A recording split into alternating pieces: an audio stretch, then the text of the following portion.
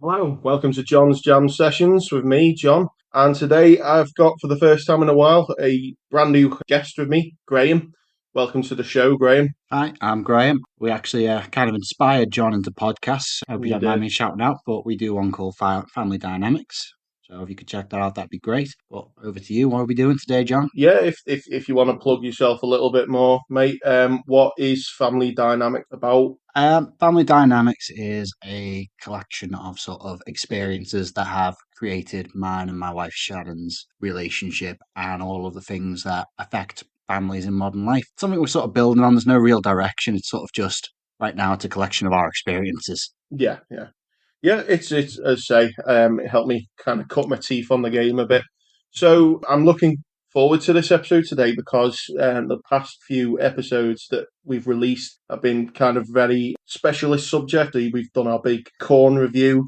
Me and Tom did our big Red Hot Chili Peppers podcast. Oh, now we're gonna talk about something a bit more niche and a bit something closer to home. We're going to talk about two clubs in particular, regularly frequented where we live, where we grew up. One being called the Hotel California, and the other one being the Krazy House. Kind of roll right into it. We'll start with the Hotel Cali first, won't we? Just a very quick, brief background on it. It was originally known as the Royal Castle Hotel. The hotel dates back to at least 1879. Quite old, definitely over 250 odd years. It still stands today opposite the entrance gates to the Camelards on Newchester Road.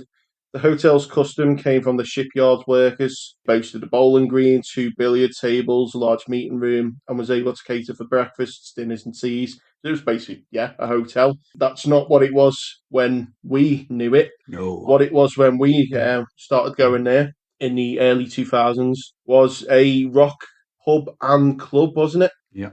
I think one half was your generic pub, normal pub layout, and then the second half was more catered to kind of being a club, wasn't it? Yeah, pretty much. It was sticky. The floor was sticky. It was. I didn't remember that. Yeah. Yeah, I remember it. So let's just have a quick talk about basically the layout of the place, as you say. So we had like the pub bit, which was like the bit at the front, wasn't it? Yeah, so like over daytime, like sort of like pre 6 o'clock, you could come in through the main doors of the main entrance. Yeah, And then over nighttime, they'd be closed up. And anyone who wasn't in would then have to pay like an entrance fee of £5 and you come in through the side door in the car park. yeah. I usually have to pay the entrance fee. I was never drinking that early.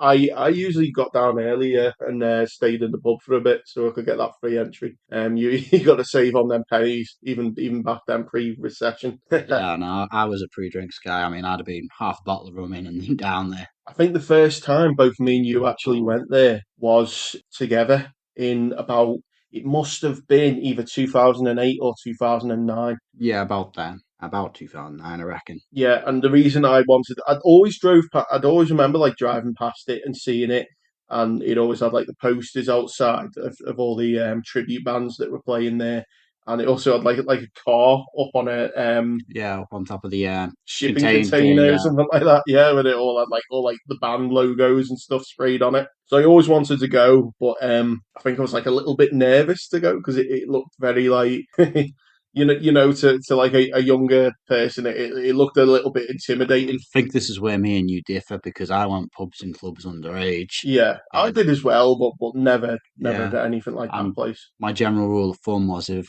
my elder sister said, don't go there, that's where I hang out. It's probably a great place to be. I just piss her off and shout because all our mates got on with me. So Yeah, I think one thing that was good about it was like it was like situated on a roundabout, like kind of like nowhere around any built up like homes or neighborhoods. So I think because of that, the good thing about it was I don't think it had to deal with time curfews or anything. Because I remember one common thing that was always with the places when bands were playing, like they would not go on stage until like very late at night. When I was gigging in Liverpool with my band, we'd always have to be like on stage at a certain time, and we'd always have to be off the stage by a certain time. By the times that they, had to close up and stop playing music.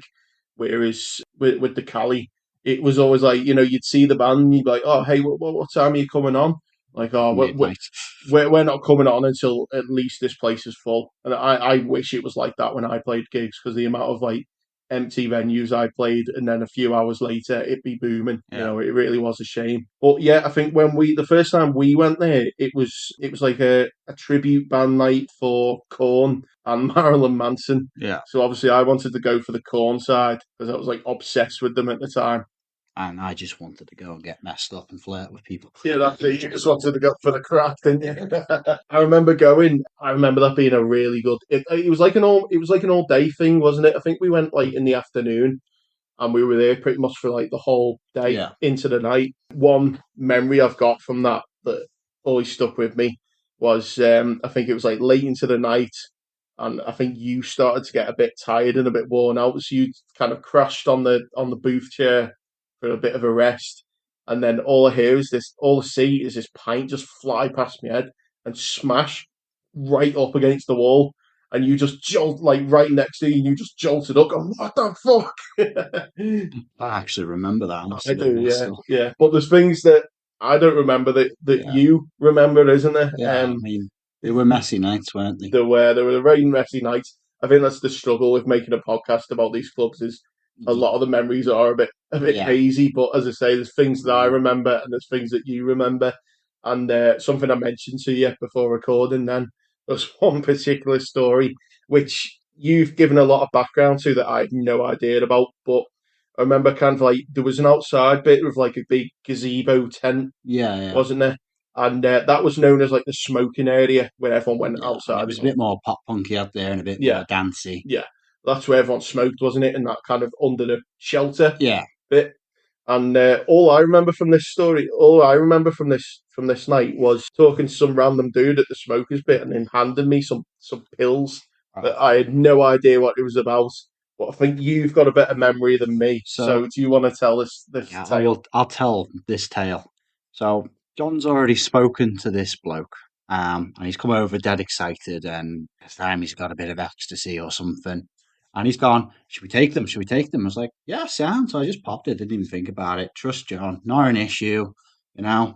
And then like afterwards, he went, yeah, I was. Where'd you get him from? I was like, that guy over there gave me to them. Dead funny because he was really pissed off with me before because I was chatting up his bed, and then he gave me some free pills. So like, I better be alive tomorrow, John. I can just remember having this massive walk home because we couldn't afford a cab. We Yeah, walked all the way from like Birkenhead all the way up to Seacombe, basically.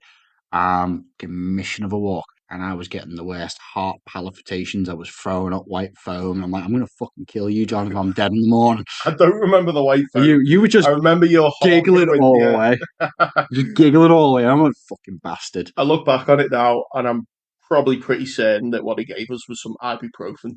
They just didn't know. Like you don't usually just give people like you just have that, you know.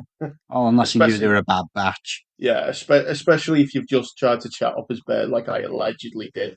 Although back then I was a You bit were of a a fucker. terror, I was a tenor. fucking terror. I was a menace on night out. I still am, to be honest. Yeah, you almost got me beat up in the Crazy House once. So we were at the Crazy House one night. This is the one over in Liverpool. Normal night, and John's a little bit excited. These lads came up to me and was like, I'm going to beat your mate up. I was like, you can't. I will have to stand in. And I don't want to because you're going to hurt me. Please just let me get him out of here. So anyway, I managed to talk John into going to Bar Savar, which is a tequila bar. We went back there for a few shots and we ended up in what's that one underground? Django's or Oh yeah, Jingles. Django's. Yeah. Yeah, yeah. But you fucking that night was fucking scary. I was like, you just on your own warpath of I don't even see any problems. I'm like, John. Yeah, I used to be an absolute terror, but we'll carry on with the Hotel Cali Yeah. and just get that one finished up. So one core memory for me at the Hotel California was playing my first ever gig, which was pretty much all like orchestrated from the college I was in because I did music college. It was almost like school group assignment, you know, like on your science lessons. It was Yeah. all just like you go with them, you be a band, you be a band, you be a band. So unlike where an organic band forms, where it's you know people that you all share influences and passion with, it was people that you know you didn't necessarily really get on with. The you know you just be kind of neutral with in college, and we were a four piece. It was the first time I'd ever picked up a bass guitar because they needed a bassist, so I filled it in, and that kind of spiraled off into its own journey of how I became a bass guitarist and fell in love with playing that instrument. So I'm incredibly grateful for that actually. And we were like practicing for a few weeks as a four piece. It kind of just goes to show just how messy and dysfunctional this college was because our tutor obviously was organising a whole event, and the day before the gig, the last day in college before we actually had the gig, he kind of came into the room and went, "Is anyone here under 18?" And there was a few hands went up, including our lead guitarists, and he was like, "Yeah, the venues are no under 18, sorry." So one band entirely wasn't able to play, and the guitarist we'd basically been practicing with wasn't able to play that night. So we were already in a bad shape because the singer also played guitar, but his skill level was Not there. not quite there. Again, I'd literally been playing a bass guitar for about 3 weeks at this point, and the drummer as well was maybe he was still in the amateur level. So looking back on it itself, it was a bit of a messy, very unprofessional gig. Yeah. However, it was still like my first, and I still like cherish it. I remember getting there all excited. My friends were there. My dad had come down there. Really looking forward to it.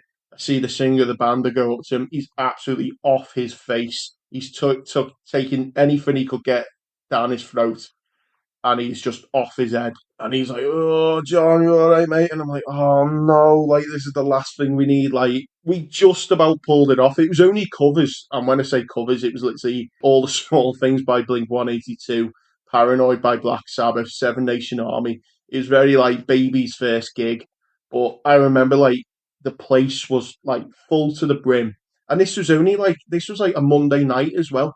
The place was full to the brim. Loads of people were there, and everyone was like just dead supportive as well. Even though it was like pretty much, it was kind of like school trip. It was a bit like School of Rock, you know what I Yeah. mean? But I just remember it being such a really good, supportive environment for it, and I can still remember it like bit by bit to this day. I remember like almost tripping up over the stage before I even started playing.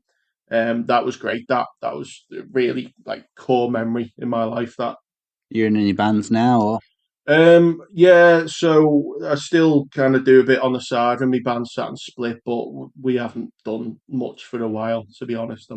I'm in the podcast game now. easier? Yeah. Do you have any like core memories at the Hotel Cali? Anything that really Um, happy I kind mean, of how explicit can we be? as much as you want, mate. This podcast is pretty we're pretty loose on the Fair enough. on I the mean, morals. got a few one night stands out of there. Got a blowjob in the car park. Uh, Not my best story. She was a slightly older woman, but it was Yeah. on offer. So I didn't do a lot of pulling in the Cali. I've got to admit that was more for the crazy house. For me, the Cali was when you didn't really have enough money or really enough energy to be full on going out on a night it's to when, town yeah, clubbing. But it was good for like a Friday night. It was good to just go, and you knew you didn't have to spend too much. It's fairly cheap, wasn't it? And you knew you were always going to like bump into mates. pretty much it was And more of a social. yeah, yeah, You it knew a was. lot of people. There was always the Yeah, same crowd there. Always had a good laugh there. yeah. I always enjoyed it there, but as time went on, it started to kind of go downhill a little bit. So obviously, as life goes on, I end up having a child. That obviously has a massive impact on your social life. You're not getting out as much. Obviously, I stopped kind of going to Hotel California as much as I used to in my youth. I remember like one night it was my ex's birthday, and she wanted us and a couple of friends to all go to the Hotel Cali and have like a night out there. Back then I was dirt poor. We both were, but she that night had the money. So it was basically like, you just pay for us tonight, and then, when I get the money, vice versa. So she had all the money with it. And at this point, they'd shut off the club part. The only bit you could get into was like the smaller bit, the pub. Yeah, see, I think I stopped going before that because, like, the Yeah, last few times I went, there was maybe like 10 people there from a club that used to be booming with 200. yeah, You know what I mean? It's like when it was booming, it was booming. It's like the last 4 or 5 times I went, it was just like, wow, this is so depressing. And I think one of the reasons is, as I say, only the pub bit was open, and they had doormen at the door, and they were charging £4. Now, The club bit, that was understandable, but to pay money for entry into a pub, in Small. my Yeah. idea, If they'd only got that part open, that was a small room. yeah, yeah, that is insane. That is just blatant Yeah. robbery. So it was money on the door. This was, this is still back in, probably want to say like 2014, 2015 at the absolute latest. And we were going. The ex has all the money in a bag, and the doormen are literally like shoving people through the door. Like the moment they get the money in the hand, they're literally like shoving the people in the door and then closing the doors over. I mean, fair enough. This was around December, so it would have been cold outside, but still, you're like shutting the doors straight over. So my, girlfriend at the time and her mate give the money. And to be fair, part of this was her fault because she should have just given me the £4 to hand in before I could even, tap her on the shoulder and tell her to, hand the £4 over or pay for me. They'd literally shoved it in and shut the doors. So I'm just, and then they like pretty much hand out like £4, mate. And I'm like trying to explain, go, can you just, like pointing over the door, like, can you just get her back to, and then like typical doorman fashion, they try and like use that as an excuse to say that I'm being like aggressive or whatever. They grab me, like force me out, not coming in, attitude, fuck off. And I'm like, what the fuck? I was like, I've been coming here for like years, Yeah, but it was the Cali was never really run for us. It was always run for profit, yeah, and that was always felt in the undertones of the place. yeah, I know. But as I say, it was like the biggest downfall for me for them was like hiring dickhead doorman for the door for the pub. The club bit, I'm a bit more understanding of, but to just get into the pub was ridiculous for me. So we ended up not even going in, and then I kind of swore that I'd never go to the place again after that. I was like, "You've lost a customer." Couple of 3, 4 years later, after that, it shuts down. So there you go. Like you say, it shuts down. It doesn't. It moves. It's Molly's Chambers. Yeah, Same people, it's a better same club. place now, but Yeah, I think there was probably like well too much upkeep on the place because it was a good 3-story tall, and it needed a lot of massive work to building. fix it up. Yeah, yeah. And if you look at the state it's in now, although it has had some pretty bad vandalism and even a fire, it's in a bad way. The building at the moment, which I did manage to get into a couple of years back when my band was still quite active. We did a photo shoot there, and I went in, and it was really depressing to like see the state of it. And I went up to the stage where I played my first gig, and it's just rubble and graffiti on the walls, and Yeah. and you go to the bars, and then everything's just been like ransacked, and yeah, it was really a sad state of affairs. But So I want to take us back a little bit. yeah, go on, So take us back. we mentioned drinking underage. I'm just wondering, did you ever go to Peggy Gadfly's back when it was Peggy Gadfly's in New Brighton? Yeah, yeah, Do I you think remember the so. roof in that place? All those colours. I think so. It's Yeah, like literally like a whole sun. That you guys can't see me like yeah, pointing at the ceiling, but like literally like there was this whole like sort of sunset scene painted in a big circle on the ceiling. yeah. First time I went in there, I was 13 years old. Went up to the bar, brought a bottle of dog. There's no issues, no ID. I mean, that continued for like years. It was literally, I turned 17. I had to take a year break from drinking because the bouncers all decided to start IDing people. I remember being able to get served in shops when I was around like 17. I definitely remember that. I remember me and my mates did go out on a night out to town once when we were all 17, and the only places that didn't ID were like gay clubs and everywhere in the gay town. So we just spent the whole night Yeah. having a night in the clubs in the gay town, which was really fun to So be yeah, fair. I used to go out drinking with this lad called Miles, and we had a different trick. We'd stand next to a group of older women, probably like the age we are now, in their 30s, and be like, help us get in. And they always would. Reverse the roles if you said a group of younger girls getting in with a group of older men. That, Yeah, that would be, although that I'm pretty sure that did go on yeah, quite often. definitely. Back to Peggy's. I think the only memory I have of that place is being kicked out for dancing on the table.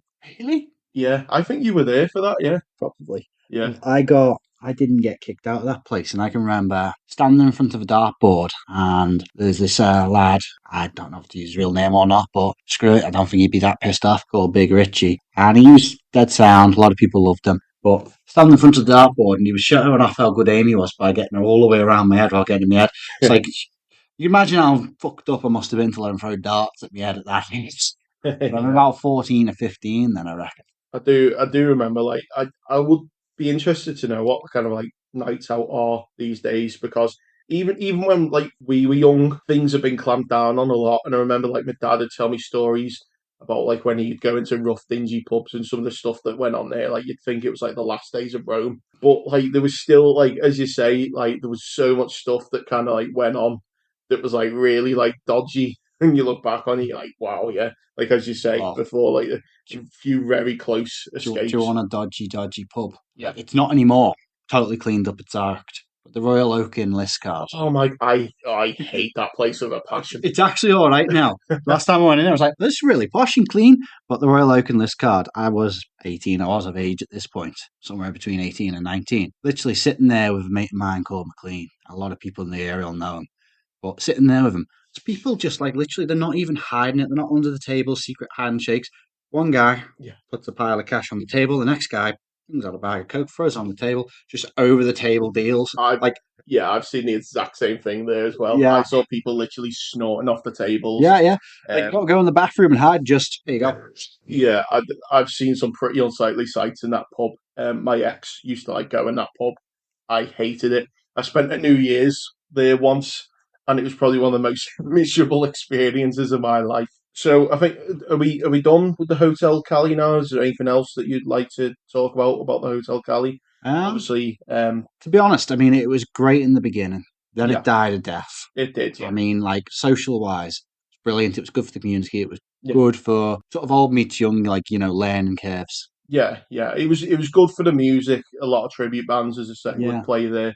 They'd always have good music on. Yeah, like fond memories. Like it's always the small things that you remember, isn't it? Like I always remember getting there and walking across to that petrol station mm. across the road to go to the ATM to get the cash And then out for the night. afterwards going to McDonald's for the walkthrough because there was a Yeah, drive-through, but everyone used to yeah, walk through it. yeah. Like, The 24-hour yeah, McDonald's. Yeah, can't serve you. You're not in the car. Yes, I am. Brum brum, beep beep. Give me a cheeseburger. So in the end, the council cracked down on McDonald's, said you can't let people come through the walk-through. Health and safety won't have them yeah. coming through the drive-through. Safe. So at that point, they went, okay, we can't serve you anymore. They stopped serving us. That lasted about 2 weeks, and they just started leaving the doors open and be like, yeah, do you know what? We're a 24-hour McDonald's. We've Yeah. lost too much business. Were they one of the places? Because I know the one in Liverpool did this. I mean, we're going off tangent a bit here, but it's quite a cool kind of thing to talk about, isn't it? Do you remember when the McDonald's used to blast classical music on Yeah. late at night to try and keep people out of there? I know the Liverpool one did. I don't know if that one did either, because No, obviously, that one yeah, doesn't. I mean, I've literally been there for a late night cheeseburger since. have you? Yeah. So we'll move on from the Crazy House. Obviously, that shut down in 2018. It has moved now, and it is Molly's Chamber. I've only ever been there once. I've been a couple of times, and Yeah, honestly, it's sound and it's got the old vibe of the old like how it was in its yeah. heyday. I went there when it was just well too busy. It was Halloween, and you just couldn't get a look in at the bar or anything like that. So Oh no, it gets proper packed in. yeah, I felt it was a bit too late. It was like a long corridor at the top as well. I don't know. I think to be honest, at the end of the day, I think we need to go back there, drink, and do a yeah, whole podcast on how drunk we are.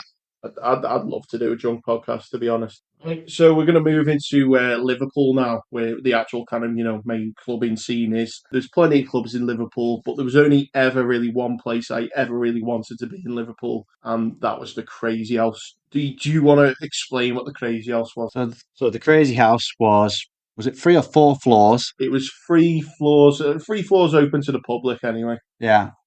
Basically the bottom, like, well, I say the bottom floor. The ground floor was pay an entrance. Then you go up to the next floor. That's all proper metal, proper, new metal, classic metal, just full on metal. The next Yeah, floor up was sort of like pop punk and the in between sort of stuff. yeah. Um, That was my and main indie, pop place. punk and indie. That was my Yeah, favorite floor.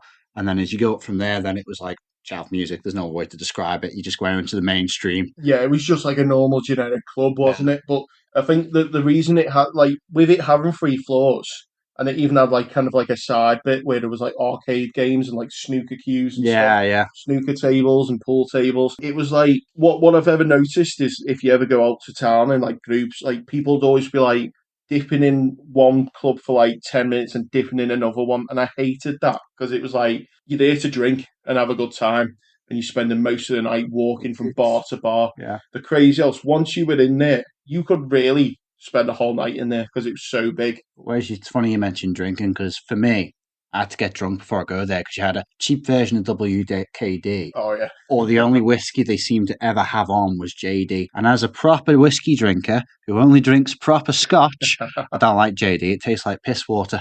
I'm more than happy to drink JD, but I'll admit I'm not a true whiskey connoisseur. I used to pre-drink as well. You go there very late. You get like the last bus, the last train into town.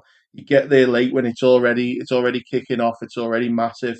And what I would do is I would just kind of maintain my drunkenness with the WKDs because they were like, I think there was something like 3 for 2 or 2 for 1 or whatever. So I'd just have them. I'd always have like one in each hand, and you just basically like just guzzling them, like See, keeping yourself fueled up on their yeah. alcoholic mayhem. See, I used to aim for that to be my finishing club.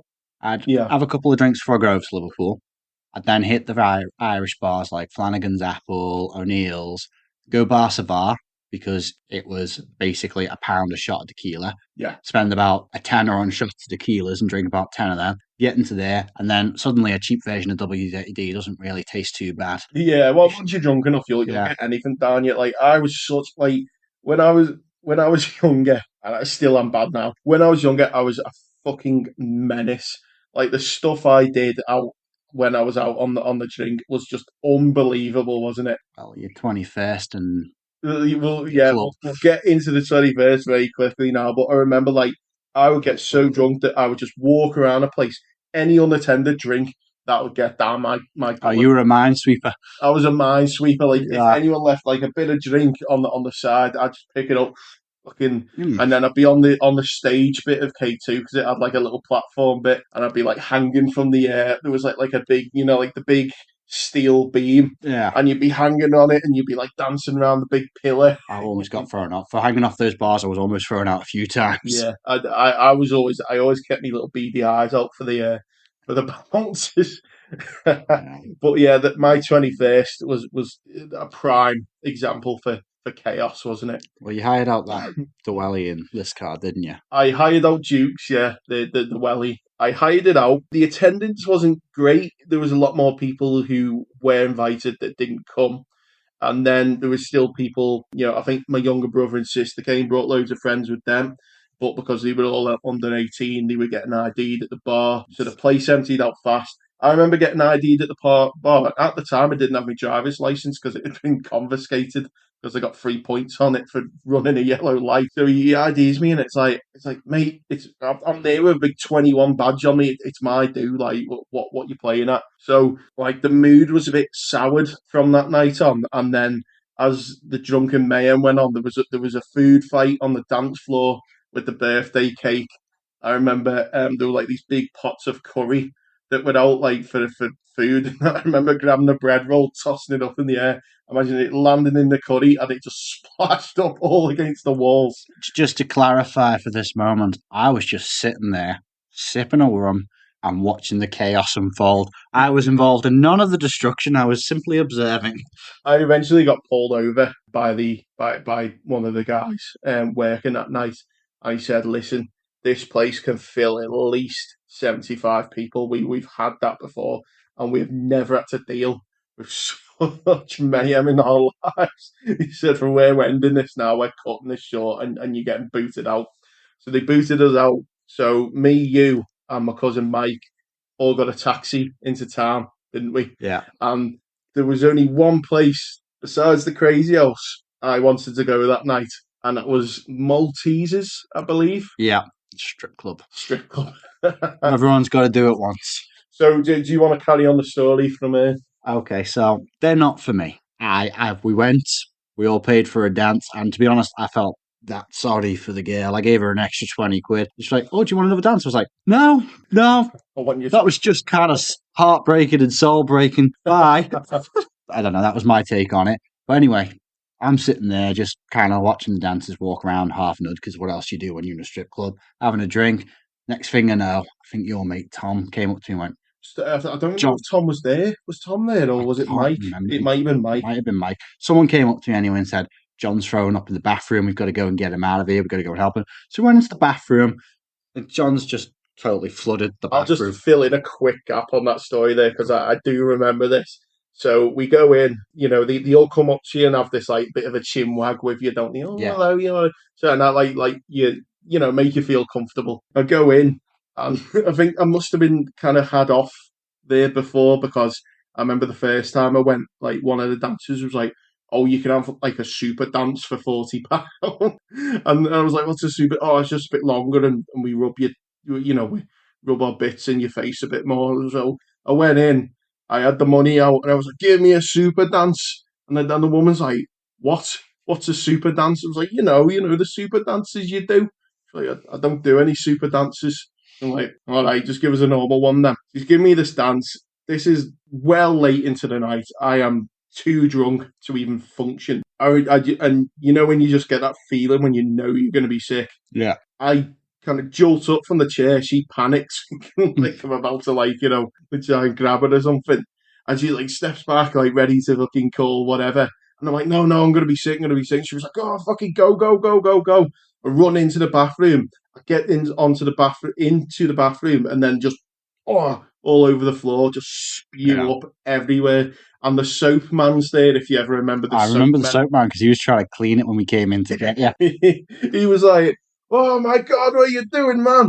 I was like, "I'm sorry, I'm sorry, I'm sorry." So I grabbed the mop to try and start like You mopping were trying to mop up and clean. He's like, "No, give it to me, give it to me." And I'm like, "Oh, I'm so sorry, mate," and all that. So yeah, you guys literally. grab us. I grabbed, like me and this other lad grabbed you out of there. I can literally remember just kind of standing in the corner of you as the bouncers went in there. Thought we're going to get like gripped here, like trying to get you to the door. The next thing you know, you slipped us both, and you've gone off for another dance. And he's like, he's just paid for a dance. He's not coming out. I'm like, fuck's sake! I'm standing there at the bar, just waiting to get my neck grabbed and thrown out of there. Never happened. He got us one more dance. We went on to live from there. Yeah, that's just such a depressing thought, isn't it? To have a lap dance while I'm having sick all over, like down your top. I remember I had my backpack on me as well because I took my backpack with all my birthday cards. So I was walking around town with a backpack on, going these places. Even the taxi that night, the taxi ride over there, like, did the normal thing. We had a female driver, she paid. And the barrier came down on the taxi and knocked that off, so she had to stop the taxi and talk to the ticket people because it looked like she'd just barged through. Yeah, So even there, I got out of the taxi, was like, everything go all right? She has paid. no memory of that. I remember going into the crazy house, and I remember like falling, like slipping, like right on my heel, and just landing on me back. And then at that point, I was like, right, yeah, I need to go home. Yeah. On the way home, we got Subway sandwiches. Me and my cousin. I think you must have slumped I, off I somewhere. think I went off before then because I remember Yeah, grabbing a cheeseburger and thinking that's enough chaos. yeah. See you I there. remember like getting into a fight with some bloke because he tried to push in the queue for the taxi. Like I was like, "Come on, let's have a fight." And all that. He just kept like giving me the old leg sweep and just put me on the floor and doing nothing else. I kept getting on, going, come on, let's have it, let's have some more. You're lucky that's all he did. It is, yeah. But as I say, the Crazy House was great. That was like amazing night out in the Crazy Yeah. House, and it was so like quirky and interesting, wasn't it? Because it had like that little statue of a rhino that you'd always like try and climb. Pool tables, which I used to get really annoyed at the pool tables because I used to see people playing pool and be like, "That's not what you do when you go a club. You should be out." I remember like I jumping on can the pool remember you ranting tables about the tool tables and be like, just leave them alone. They're enjoying the night. I mean, did you ever drink in the Swan? Yeah, yeah. I went this one not too long ago, just for a quick drink. That was just more of a like an old, It's an old pub, yeah, and it's two floors, isn't it? And that's just a rock and metal pub, basically. But it feels like a traditional pub with loud music. I like the atmosphere yeah. in there. It is good in there. Yeah, yeah. I have been this one a few times. Yeah, as I say, the funny thing is with all this is it is a lot of hazy memories, but going back to the Cali, it's always them little small things you remember. And with the Crazy, I also remember like the little. Eventually, they got the thumb ID thing, didn't they? You Yeah, got to put your thumb up against it to get in. It was like something like £5 entry, wasn't it? it So it was. was somewhere that once you were in, you wanted to kind of like stay in, Make the didn't you? most of it. You'd get a stamp on your hand though, 'cause I can remember doing quick runs. Like all the smokers would go down for like a smoke break. I'd join them, talk to them for like 2 minutes, and then just fucking run down. Because Barca Bar was like a 2 minute run away. Yeah, Do a couple of shots together and head back. it was good times, wasn't it? Yeah. You ever go in heebie-jeebies? Oh, heebie-jeebies. Or Where's you that? go underground? No, I don't think I ever went in heebie-jeebies. Sure you did, 'cause we had cocktails there I one night. must have done, but I can't Uh-huh. remember. Because it became a cocktail bar Yeah, later on. But like first time I went there, I was about 14, 15. Yeah, And like that's one of the times I got in line with like this older woman. She's about 30 odd. I can just remember going there, not long out of my school uniform with schoolmates. Next thing you know, I'm necking this bird. yeah, Yeah, touching her a bit.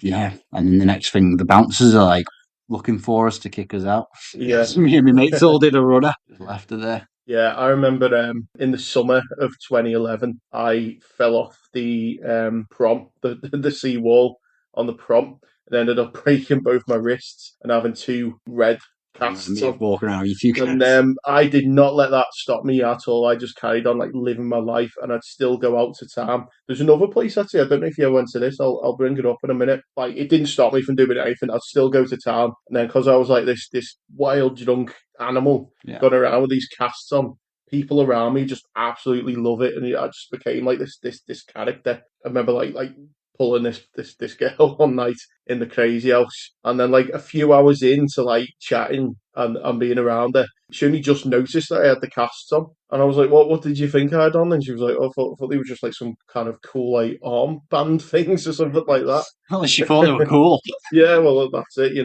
If you ever want to try your luck, break your arms, and You might get some. you might get the sympathy vote. But there was one more club that I've literally just remembered. I don't know if you ever went to this one because it was more of a studenty. It was more into like the emo scene kind of thing. But it was Revs Yeah, no, I've been to in reps. Liverpool. Yeah, yeah. It was in the O2, wasn't it? That was good. That it baffles my I mind to think this. I wandered in there once, but Yeah, it baffles my mind to this day to think that I just would go out on a Wednesday night. do you ever remember the bunker and we had pets and stairways? Like when they used to have unders Yeah, nights, didn't they? yeah. I really wanted to go to Hex. I remember really wanting to go there. And the one night that I went, there was it had a fire and it was Yeah, shut. no. See, I was Hex is the devastated only about one I that. never made it to. I used to go to Stairways for the mosh pits. Like I say, it's an unders metal club. Was closed down now. Yeah, I used to go there just like them. This is proper early on. This is like 12, Yeah, and bloody then hell. but it wasn't. It was an on-drink night, wasn't it? It was Yeah. unders night, I Thursday think night. that's why I was just so chaotic when I was younger because I was a bit late to the game. So I Yeah, was cramming it all in like a small space of time. Whereas yourself, you've been going to, even if it was like still unders and stuff, you've been going to stuff since you were like 12 onwards. yeah. I've just Whereas been trying to be involved. yeah, I Um, was a bit of a house mouse when I was in my younger teens. I didn't get out much. There was the Eggy Ferry though. Do you remember the Eggy I Ferry? remember the Eggy Ferry. I got good stories about the Eggy Ferry. Go on. You want to share a couple of Eggy Ferry I'll stories? share one very good one. There always used to be like gangs of chavs and gangs of moshers, and the chavs always wanted to smash our heads in whatever we were Yeah, doing. yeah. This is around the time like the film 300 had come out, Hmm. or pretty close to. And basically the Eggy Ferry's a pub, and we used to all hang out on the beachfront, which is like on a sort of concrete promenade for wherever you are in the world. Yeah. And there was a ramp going down onto the beach, and we'd hang around down there and do stupid things, and maybe have small fires if we could get away with it, and maybe pass around a few bottles of cider. Um, I was about 16, I think, when this happened. I've gone over to the pub to use the toilet, gone to the toilet, I'm walking back, and there's this gang of about 10 or 15 chavs on bikes, and they're like, oh, yeah, we're going to go beat up those moshers over there because there's only a few of us sitting on top of the promenade. Everyone else was sitting downstairs. And about this time, like it wasn't long after, maybe a year after like the 300 movie had come out. Next thing you know, and like honestly, there was like a good number of us. The next thing you know, there's like fucking 80 moshers marching up from the beach going, Spartans, what is your profession? Wah! I was like, I'm like walking past these chavs with my hood up, and next thing I know, they're all just shitting themselves. I just pulled my hood down, like, fucking, I'm safe. If you guys jump me Yeah. now, you're dead. That I think we have touched on that on your Yeah, podcast. yeah, we did touch Kind on of it. the fact that like obviously we grew up very into music, into alternative music. The area that we grew up in, unfortunately, was quite hostile to the kind of like back then.